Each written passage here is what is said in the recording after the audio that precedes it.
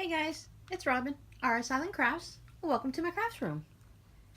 This week we are going to continue on with the EPP English Paper Piecing Hexies. In this episode we are going to actually turn them into a flower. I made myself a new bag, and this one is actually perfect for making hexies in. So this past week I made a whole bunch of little hexies in preparation for working on them with you guys.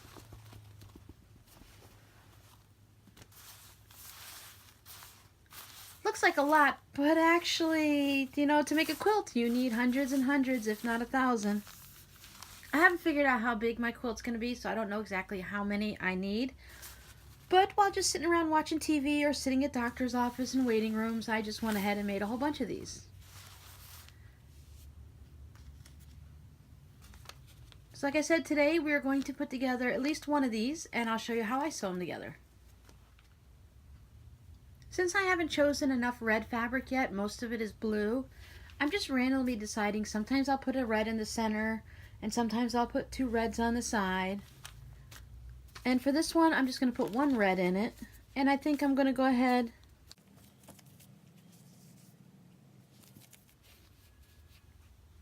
and maybe make my flower like that. I have my little trash container that in a couple weeks we will be making one like this. I have my pin cushion with my needle in it. What I'm normally going to be sewing my hexies together with is this blue thread because it matches the blue for the most part. So to make sure you guys can see the stitches, I'm going to go ahead and make this flower with the big bright yellow. I have my scissors, and this time I am going to go ahead and use a thimble. Now what we're going to do this week is we're going to start like this, and I'm going to pick my center fabric as I chose. And then I'm going to stitch all my petals, all 6 of them, around it. And then I'm going to go ahead and stitch my edges together. I've tried stitching around like this and then added more and stitching around.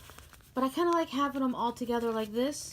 So then this center piece, if you want, you can pop this out. Because as you're stitching it, it's a lot easier to be able to fold this centerpiece. Now, if you're using the plastic or the firm cardstock or cardboard, you're really not going to be able to bend this, especially with the plastic. You won't be able to bend this as easily, and I would worry about it making a crease in my plastic. So this is the way I do it. I stitch all of my flowers on, and then once every side of a hexagon is stitched together to another hexagon piece, you can remove this piece of paper.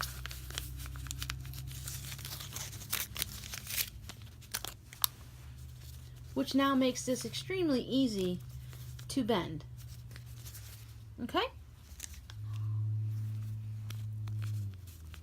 So you start out by holding your center piece, and then pick whichever one you want next. Line up an edge. I brought over my little clip. If you want, you can put a clip on it to hold it. I'm right-handed, so maybe putting it over here would be better. And then we're just going to, you can pitch any edge on here. We're just going to stitch the edge together. But I have no problem just holding it with my hand, so I won't be using a clip. So I have my 2 pieces, the right sides of the fabric together. And I'm just going to go ahead and start in a corner.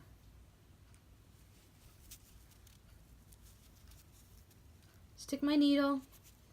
I kind of like going to this little flat. Come on, focus. I put my needle underneath this little flap here, go through there, and come out about in the same spot here. Just taking a very, very little bite of the fabric, nothing too big, and pulling it through. Now, I've kept my thread just a little bit short. It's a little bit shorter than arm's length because you're going to constantly be pulling this thread through these fabric over and over and over again, and the thread will start to fray after a while, and then it'll lose its integrity and won't be as strong. Now I'm going to go really close to the corner still and take one another little bite. And this time I'm going to go ahead and go through the loop and tie a knot in it. This is going to go ahead and secure my end. If you don't want to tie a knot, just make 2 or 3 little whip stitches really, really close to there.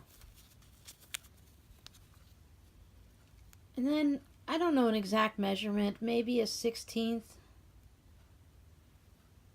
maybe an 1/8. And then I just pull it through.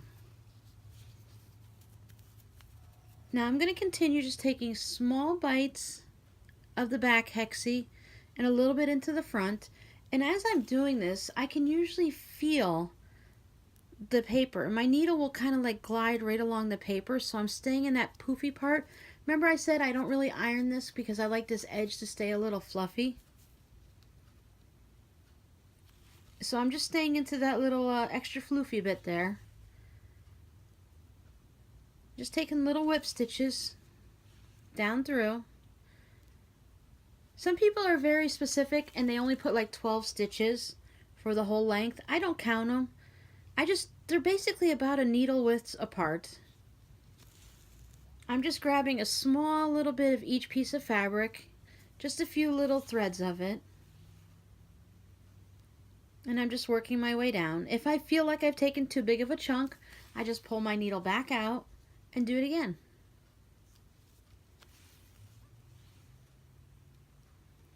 And when I get about halfway through, I pull my needle, the thread right off the needle, and I have to rethread it.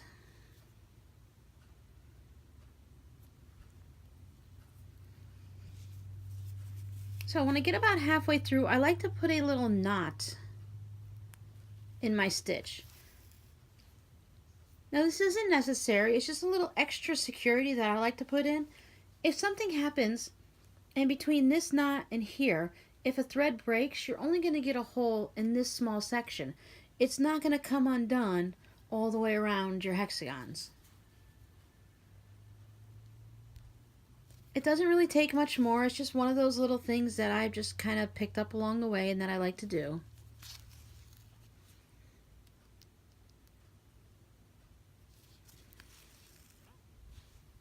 So I kind of like to put my thumbnail probably about 1/8 of an inch or so from the edge, and I'm kind of pinching the two fabrics together with my thumb and finger, and I'm putting my needle, it rests on my finger, which allows me to keep it from going too far out of the way. And the thumb, I go ahead and I kind of split the difference between the edge of the fabric of the hexagon and my thumbnail, and it just allows me to put my needle right through. So rest it on my finger. Thumb will hold everything and push it down, and the needle just slides right on top of it. It's just one of those little extra tricks you get from coming here and hanging out with me. So I just go along until I hit the next corner. And when I hit the next corner, I'm going to go ahead and knot it. Now since we're still going all the way around this base hexie, I don't have to cut my thread because I know I'm going to add another hexagon. See how even though I'm using the bright yellow thread, there's only just a little bit you can see along the edge where I went down just a little bit too deep. So even using this bright thread, it's not that noticeable. So if I were using the blue, you wouldn't see that at all.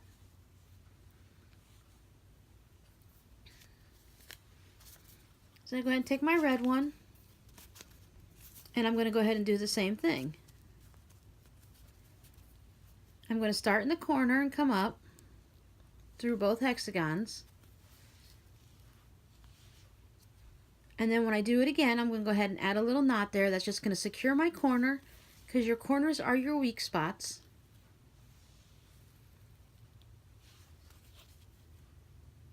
And then I'm just going to carry on and knot halfway through.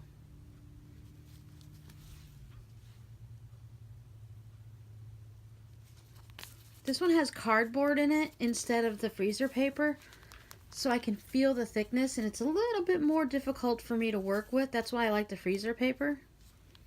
It's nice and thin, but I can still do it.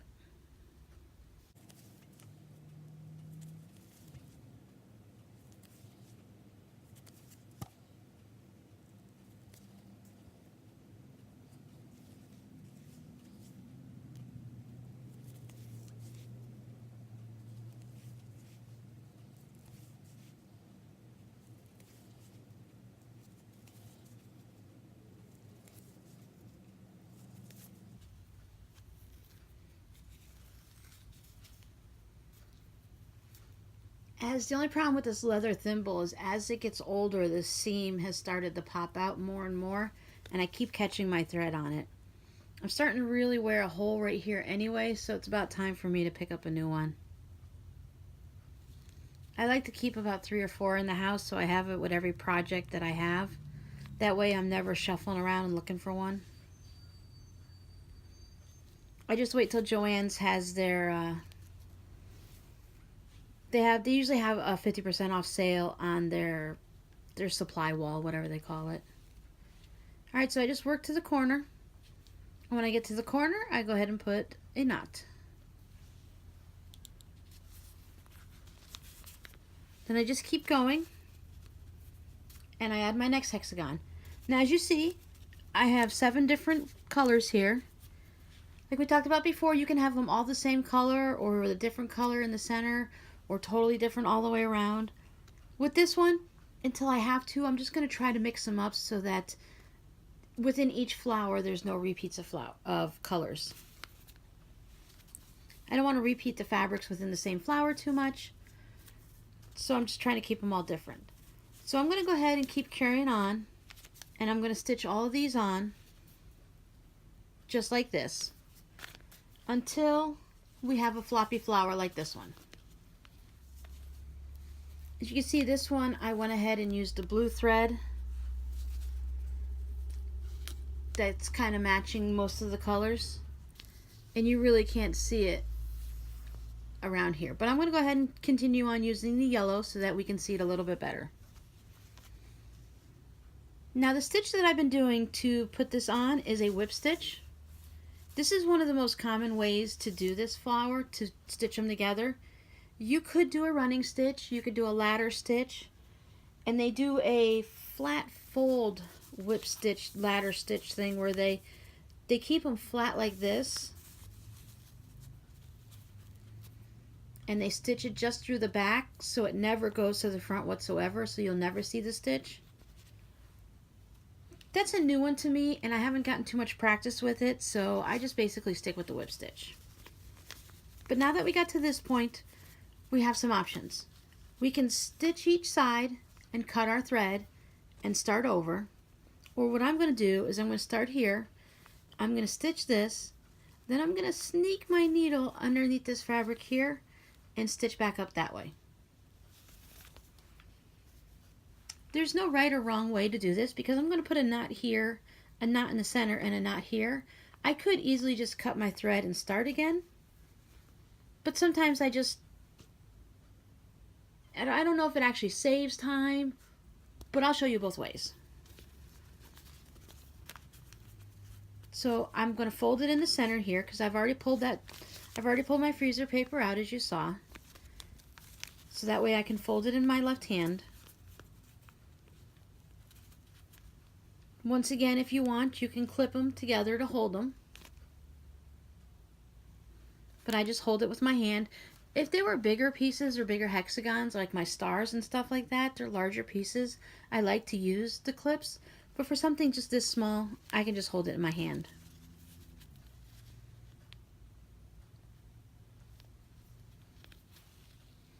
So I have my knot on the end, just pull through once.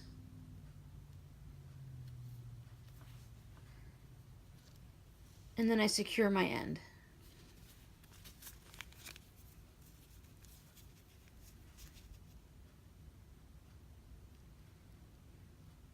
Now it's basically just the same thing. I'm just going to stitch all the way along the edge from corner to corner.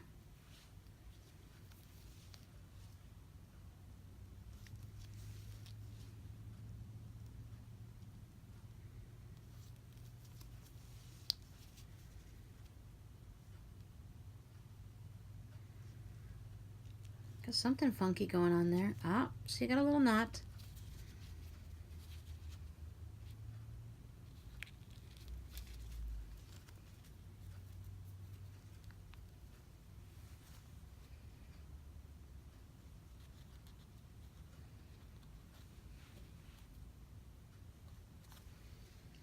When you have these little twisted loop knots, if you put your needle in the loop, you can kind of pull it and it'll release that knot. Now, you don't want to leave a twisted knot like that in there if you can help it, because if it does come loose, all your stitches are going to end up coming loose. So you can either try to undo the knot,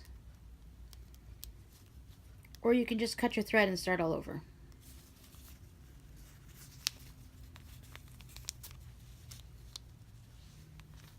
Which it looks like with all the fussing I'm going to do, I've gotten too many stitches. I'm just going to cut that without cutting my hexagons. And that way I'll just start over.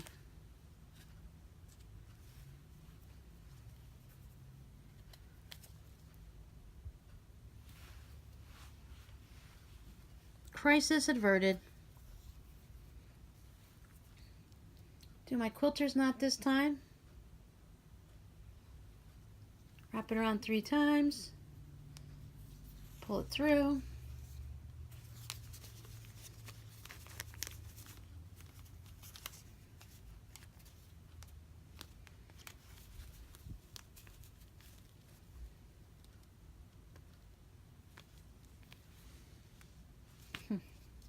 My knot was too small. It's my problem. I always have a big knot or a small knot. I need one that's just the right size. Okay.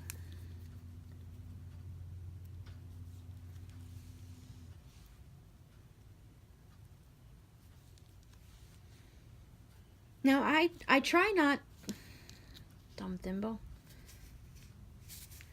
I try not to put my needle through the paper as I'm stitching this, but if something happens and I pierce the paper, it's going to be okay. It's just going to be along the edge, and I'll still be able to easily pull my paper out.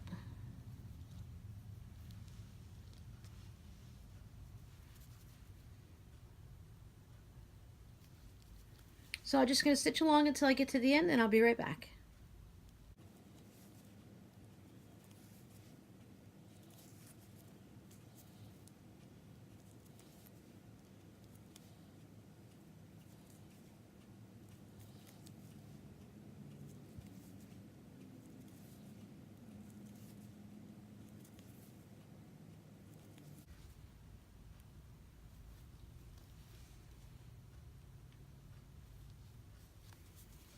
Okay, coming up to the corner.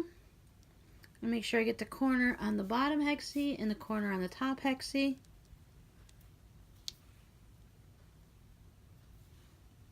Put a little knot to secure it. Okay. So now you can decide. So now I can just take my thread and run it through here and come back up this side, or I can just clip my thread. If I'm going to clip my thread, I'm still going to run it through here anyways, or through this section to hide the tail. So I'm just going to go ahead and come through. Just went through this little flap, not through the paper, not to the front, just to put my stitch underneath to hide it. And now I'm going to go from this inside corner to that outside corner.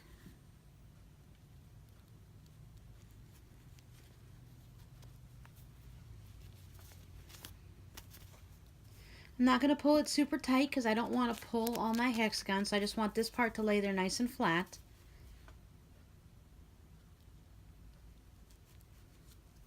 And then I'm going to go ahead and put my knot in the corner again. Now I'm going to continue on, putting my knot in the center until I get to this end.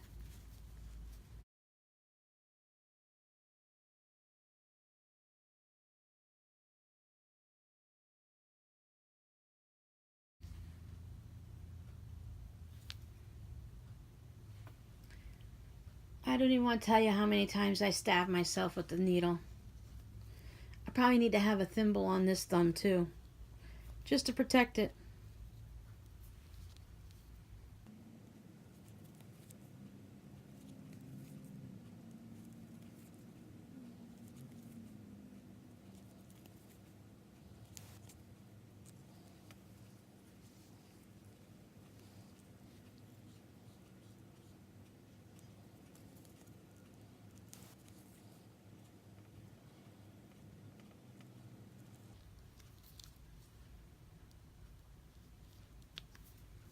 Okay, we're at the end, and just tie a knot. Now you can just clip it and let this thread hang around loosey-goosey and do whatever, but I kind of like to just slide it underneath this little flap, bring it out through the center, and snip it.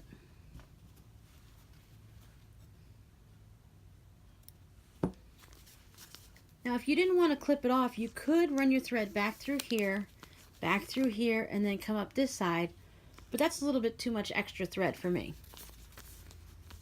So now when I go ahead and start it back up, I'll start it over here, tie my knot in the corner, I'll stitch through here, sneak over through there, and go up that way. And I'll keep doing that until I have my flower all stitched.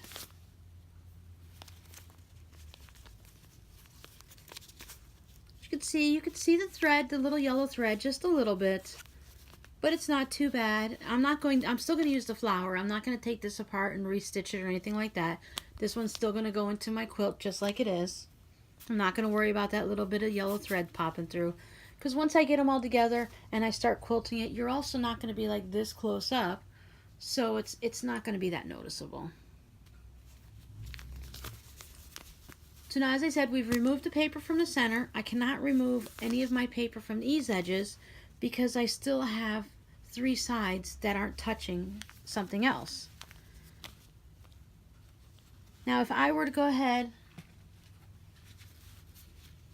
and stitch these 2 together and stitch this one onto it so I have all 3 of these together, I would be able to remove the paper from this one, and this one, because all their edges are connected. Of course, I would want to spin that around a little bit because I wouldn't want to have the 2 same colors together.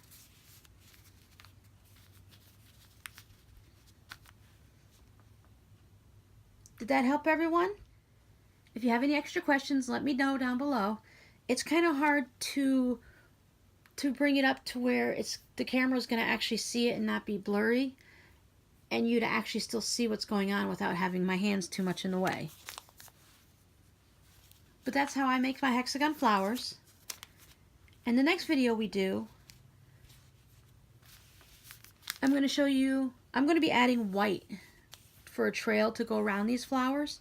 So I'm going to show you how I put the white on for these. And then after that, I'll show you also different ways that you can put together all your different hexagons. If you like this video, please go ahead and like it down below, and go ahead and subscribe over here in the corner or down below. And if you want YouTube to go ahead and let you know when the next video pops up, go ahead and ring that little bell. Every little like really helps out the channel, and I greatly appreciate them. I love chatting with everyone in the comments. So thanks for stopping by, and I will see you next time. Bye!